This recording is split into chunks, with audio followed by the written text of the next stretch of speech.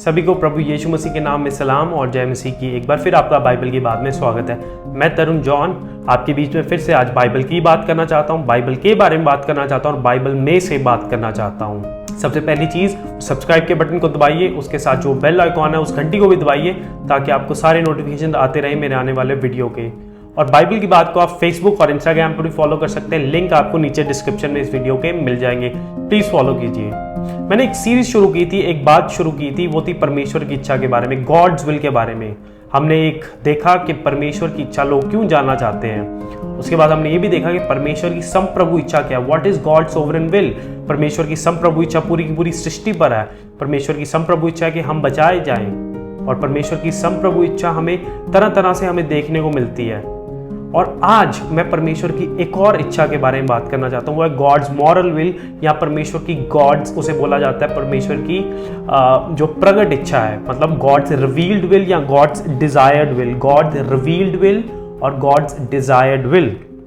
परमेश्वर की जो दूसरे प्रकार की इच्छा है गॉड्स रिवील्ड विल या परमेश्वर की जो डिजायर्ड विल है कि परमेश्वर चाहते क्या है, असल में उनकी क्या मर्जी है, वो हमें बाइबल में से मिलती है। कि बाइबल जो है वो जो परमेश्वर का पवित्र शास्त्र है, जो वचन है, वो परमेश्वर की रिवील्ड विल है कि परमेश्वर ने क्या प्रकट किया है अपने बारे में और वो हमसे क्या चाहते हैं, उनका डिजायर क्या है हमारे प्रति। और परमेश्वर की जो ये रिवील्ड विल है ये हमें कुछ चीज़ों के लिए मना करती है कि हम कुछ चीज़ें नहीं कर सकते और कुछ चीज़ों के लिए हमें कमांड करती है कि कुछ चीज़ें हमें करनी है अपने जीवन में। तो परमेश्वर की इच्छा है कि हम परमेश्वर के वचन की आज्ञाकारिता में चलें, that we may obey God's word, that is what his desire is. और परमेश्वर हमें एक आज़ादी देते हैं, एक फ्रीडम देते हैं, एक स्वतंत्रता देते हैं किस चीज़ के प्रति कि हम चूज कर सकते हैं कि हमने ओबे करना है, आज्ञाकारिता में चलना है या आज्ञाकारिता में नहीं चलना। तो ये एक मर्म की तरह, एक मिस्ट्री की तरह है। It's like a mystery. क्या मिस्ट्री है कि परमेश्वर सोवरेन है सारी चीजों पर। God is sovereign over everything, over all creation, even our decisions, हमारे निर्णयों पर भी परमेश्वर संप्रभु हैं। लेकिन फिर भी वो हमें आजादी दे रहे हैं, हमें एक फ्री विल दे रहे हैं चूज करने के लिए। लेकिन ये कैसे हो सकता है कि परमेश्वर हर एक चीज पर संप्रभु हैं, हर एक चीज के प्रभु हैं, लेकिन फिर भी मैं आजाद हूं चुनने के लिए। यदि परमेश्वर संप्रभु हैं और उन्हें पहले से पता है कि मेरे जीवन में क्या घटनाएं घटने वाली हैं, तो फिर वो मुझे क्यों करने देते हैं कुछ चीजें। और फिर मैं कैसे अपने एक्शंस के लिए, अपने जो निर्णय अपने जीवन में ले रहा हूं उसके प्रति मैं कैसे रिस्पॉन्सिबल हुआ, वो सारी की सारी बातें मेरे पर क्यों आ जाती हैं। और यदि मैं बिल्कुल आजाद हूं कुछ भी करने के लिए, तो परमेश्वर सर्वव्यापी कैसे हुए, वो सर्वशक्तिमान कैसे हुए, उनमें वो सामर्थ्य कैसे आई यदि मैं सब कुछ कर सकता हूं अपने जीवन में।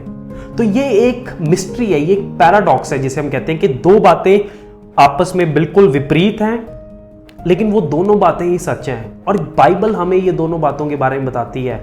हमने देखा कि परमेश्वर की संप्रभु इच्छा के बारे में कि परमेश्वर हर एक चीज पर प्रभु हैं, he is sovereign over everything. और अब हम देखेंगे परमेश्वर की रिवील्ड विल क्या है। परमेश्वर की जो सोवरेन विल है वो कभी रुकेगी नहीं, लेकिन परमेश्वर की जो रिवील्ड विल है उसको हम रोक सकते हैं। God sovereign will can not be थ्वाटेड, but God's revealed will can be थ्वाटेड। यदि हम इस चीज का चुनाव करें कि हमने आज्ञाकारिता में नहीं चलना, क्योंकि परमेश्वर की जो रिवील्ड विल है वो परमेश्वर का वचन है और परमेश्वर चाहते हैं कि हम चुनाव करें आज्ञाकारिता में चलने का, ना कि अनाज्ञाकारिता में चलने का। परमेश्वर की जो संप्रभु इच्छा थी वो सीक्रेट है, वो हर किसी को नहीं पता, लेकिन परमेश्वर की रिवील्ड विल बहुत साफ साफ से परमेश्वर ने इस वचन में हमें बता दिया है। और परमेश्वर की रिवील्ड विल के लिए हमें कोई डिबेट भी नहीं कर सकते, क्योंकि वो क्लियरली हमें बाइबल में सब पता चल गया कि परमेश्वर चाहते हैं कि हम उन्हें अनकंडीशनली ओबे करें, बिना किसी शर्त के हम परमेश्वर की इच्छा का पालन करें, परमेश्वर के वचन का पालन करें। लेकिन परमेश्वर अपनी संप्रभु इच्छा में हमें कुछ चीजें करने से अलाउ करते हैं और ऐसा नहीं है कि हम कुछ चीजें नहीं कर सकते, वो सब परमेश्वर ने पहले से ही हमें बता रखा है। परंतु रिवील्ड विल में हमारे पास डिसीजन है कि हम सिन करेंगे या हम ओबे करेंगे, वो हमारे ऊपर परमेश्वर ने छोड़ा है और हम अपने एक्शंस के लिए रिस्पॉन्सिबल है। जो भी कुछ मैं करता हूं उसके प्रति मैं रिस्पॉन्सिबल हूं, चाहे मैं आज्ञाकारिता में चलूं या अनाज्ञाकारिता में। और फिर उसके बाद कॉन्सिक्वेंसेज आएंगे, उसका परिणाम मुझे भुगतना पड़ेगा और हम परमेश्वर को अपने पापों के लिए दोषी नहीं ठहरा सकते। तो ये ऐसा मर्म है, ये कैसी मिस्ट्री है जो हमें बाइबल में देखने को मिलती है। आप पूछेंगे ये कैसे है? यदि हम प्रेरितों के काम उसका 2 अध्याय पढ़ें, the book of Acts of the Apostles chapter 2, तो पीटर प्रीच करते हैं, वो कहते हैं कि परमेश्वर ने इस चीज का पहले से उद्देश्य किया हुआ था कि यीशु मसीह क्रूस पर हमारे पापों के लिए मरे, जो कि भविष्यवाणियां बहुत सारी हुई हैं। लेकिन बाद में वो थोड़ी देर के बाद कहता है कि यहूदियों को, कि यहूदी लोग जो हैं उन्होंने प्रभु यीशु मसीह को क्रूसित किया, उनकी वजह से प्रभु यीशु मसीह मारे गए। तो यदि परमेश्वर ने इस बात की योजना की थी कि यीशु क्रूसित होंगे, तो यहूदा क्यों जिम्मेदार ठहराया जाता है उनको धोखा देने का? क्योंकि एक्शंस उसी के थे। ये परमेश्वर की रिवील्ड विल में था कि वो चूज करे कि उसे धोखा देना है कि नहीं। क्यों डिसाइपल्स जो हैं, जो चेले हैं, उन पर ये इल्जाम आता है कि वो यीशु को छोड़कर भाग गए? और क्यों पिलातूस पर ये इल्जाम आता है कि उसने ये जजमेंट दी कि यीशु मारा जाए, जबकि परमेश्वर ने ये चीजें पहले से ही ठहरा रखी थी? तो परमेश्वर अपनी संप्रभु इच्छा में होकर कुछ चीजों को ठहरा देते हैं होने के लिए, लेकिन वो हमें आजादी देते हैं ताकि हम चुनाव करें कुछ चीजों को करने का या ना करने का। तो ये एक मिस्ट्री है, जैसा मैंने कहा, it's a paradox, it's a mystery. ये एक मर्म की तरह है ताकि परमेश्वर अपने उद्देश्य को पूरा करें जो उन्होंने उद्देश्य रखा है, और वो हमारे निर्णयों के द्वारा होता है। और हम अपने निर्णयों के लिए, अपनी चॉइसेस के लिए, अपने चुनाव के लिए हम रिस्पॉन्सिबल हैं। We are responsible for what we do. तो हम देखेंगे कि परमेश्वर की रिवील्ड विल क्या है और हम कैसे उसे ओबे कर सकते हैं।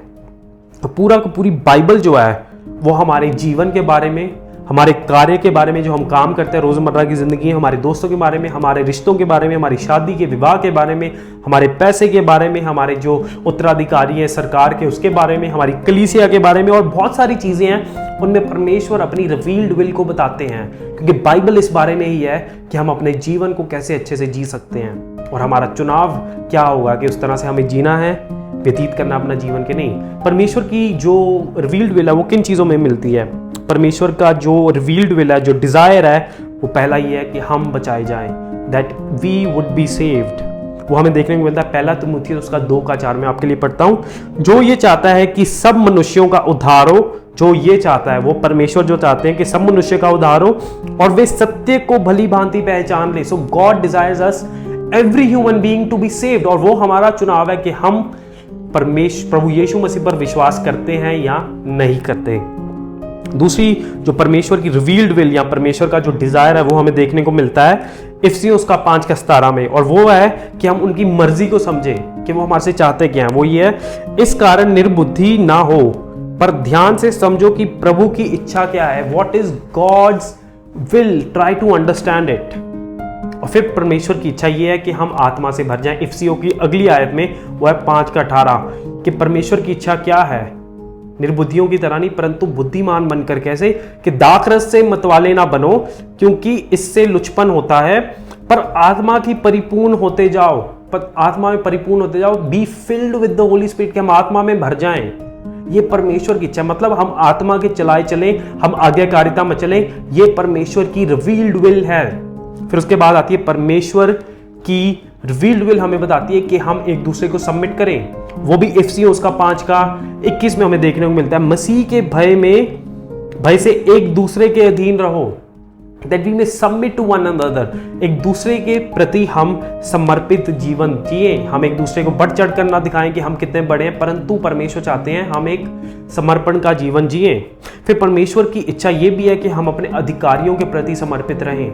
वो हमें 1 पत्रस उसका 2:13 में देखने को मिलता है। इस प्रकार से लिखा है, प्रभु के लिए मनुष्यों के ठहराए हुए हर एक प्रबंध के अधीन रहो, राजा के, इसलिए कि वह सब पर प्रधान है। सो प्रभु यीशु मसीह ने जितने भी लोगों को, परमेश्वर ने जितने भी लोगों को ठहराया है, हमारे जो उत्तराधिकारी हैं, जो हमारी गवर्नमेंट है, अथॉरिटीज हैं, हम उनके अधीन भी रहें, क्योंकि परमेश्वर ने, प्रभु ने मनुष्यों को ठहराया है ताकि हम उनको ओबे करें, उनकी अथॉरिटी के अंडर रहकर। फिर परमेश्वर की इच्छा ये भी है कि हम पवित्रता में रहें। God's will or desire is that we may live a life of holiness and sanctification, और शुद्धिकरण का जीवन जिए। वो हमें देखने को मिलता है 1 थिस्सलुनीयुस का 4:3 में, क्योंकि परमेश्वर की इच्छा ये है कि तुम पवित्र बनो, अर्थात वे विचार से बचे रहो, कि परमेश्वर की इच्छा कि हम पवित्रताई में बने रहें, सैंक्टिफाइड होते रहें, शुद्धिकरण हमारा होता रहे, और हम वे विचार से बचे, मतलब हम सेक्सुअल इमोरलिटी में ना गिरे। ये परमेश्वर की रिवील्ड विल है। ये परमेश्वर हमारे से चाहते हैं, खुले में बताते हैं अपने वचन में। फिर परमेश्वर की इच्छा ये भी है कि कभी कभार हम विपत्ति से होकर भी गुजरे, हम सफरिंग भी एक्सपीरियंस करें अपने जीवन में।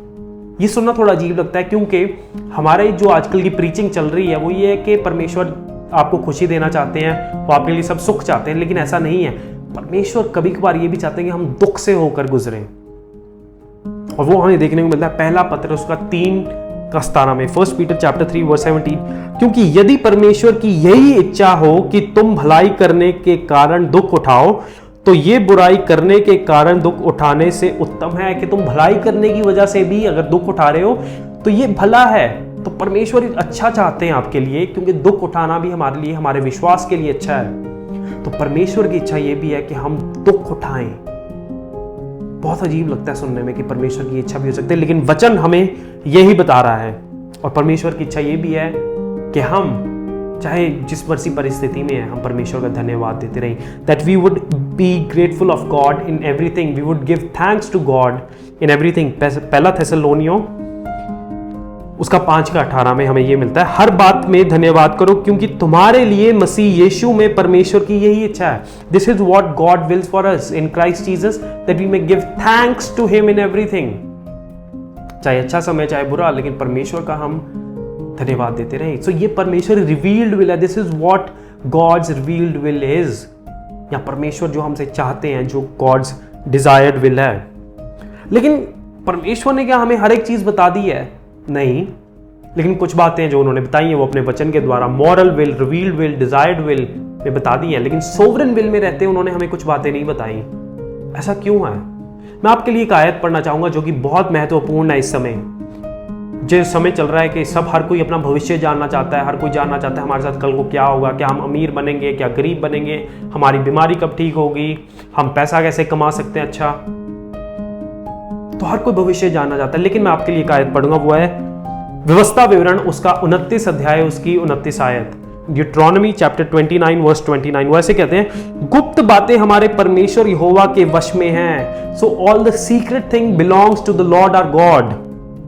परंतु जो प्रकट की गई हैं वे सदा के लिए हमारे और हमारे वंश के वश में रहेंगी। लेकिन जो रिवील की गई है, the revealed things belong to us and to our children, मतलब जो बाइबल है वो हमारे लिए दी गई है, हमारे वश में दी गई है, इसलिए कि इस व्यवस्था की सब बातें पूरी की जाएं। So everything that is written in this book may come to fulfilment, accomplishment.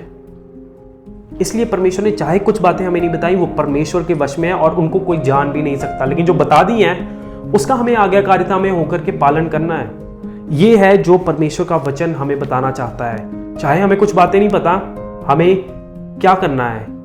परमेश्वर पर भरोसा करना है और जो बातें बताई गई हैं उसको आज्ञाकारिता में होकर के चलना है। तो ये जो मर्म है कि कुछ बातें परमेश्वर के हाथ में है, कुछ हमारे हाथ में है और दोनों बाइबल में लिखी हैं, तो हम क्या करें? इस बारे में मैं आने वाली वीडियो में बात करूंगा, God's will pay. So God's will एक अच्छी सीरीज है, आशा करता हूं आप एंजॉय कर रहे हैं। लेकिन परमेश्वर की जो मैंने ये बात की है कि परमेश्वर ने हमें चाहे सारी चीजें नहीं बताई, लेकिन उन्होंने हमें उतना बता दिया है जो हमें एक अच्छा जीवन, एक गॉडली लिविंग के लिए चाहिए, वो हमें हमारी बाइबल में से मिल गया है। और हमें कोशिश नहीं करनी चाहिए वो चीज़ों को जानने की भी जो परमेश्वर हमें नहीं बताना चाहते, क्योंकि वो नहीं बताएंगे, हम उनके मन को नहीं बदल सकते। तो हम आज्ञाकारिता में चलें, यही मैं आपको बताना चाहता हूँ। आइए प्रार्थना करते हैं। धन्यवाद पिता इस वचन के लिए कि आप हमसे जो चाहते हैं वो आपने हमारे अपने वचन में, हमें बाइबल में बता दिया है कि हम कैसा जीवन व्यतीत करें। तो होने दे पिता, हमें हृदय दीजिए कि हम आज्ञाकारिता में चलें, और जो बातें हम नहीं समझ पा रहे उनको पिता हम कोशिश भी ना करें समझने की, क्योंकि वो आपके वश में है। इस प्रार्थना प्रभु यीशु मसीह के नाम मांगते हैं, आमीन। आशा करता हूं आपको वीडियो अच्छा लगा। प्लीज लाइक कीजिए, कमेंट कीजिए, शेयर कीजिए, सब्सक्राइब कीजिए और बाइबल की बात के बारे में दूसरों को बताते रहिए। फेसबुक, इंस्टाग्राम पर भी फॉलो कर सकते हैं, लिंक आपको डिस्क्रिप्शन में मिल जाएंगे। बाइबल की बात तरुण के साथ चलती रहेगी, तब तक के लिए देखते और करते रहिए क्या बाइबल की बात।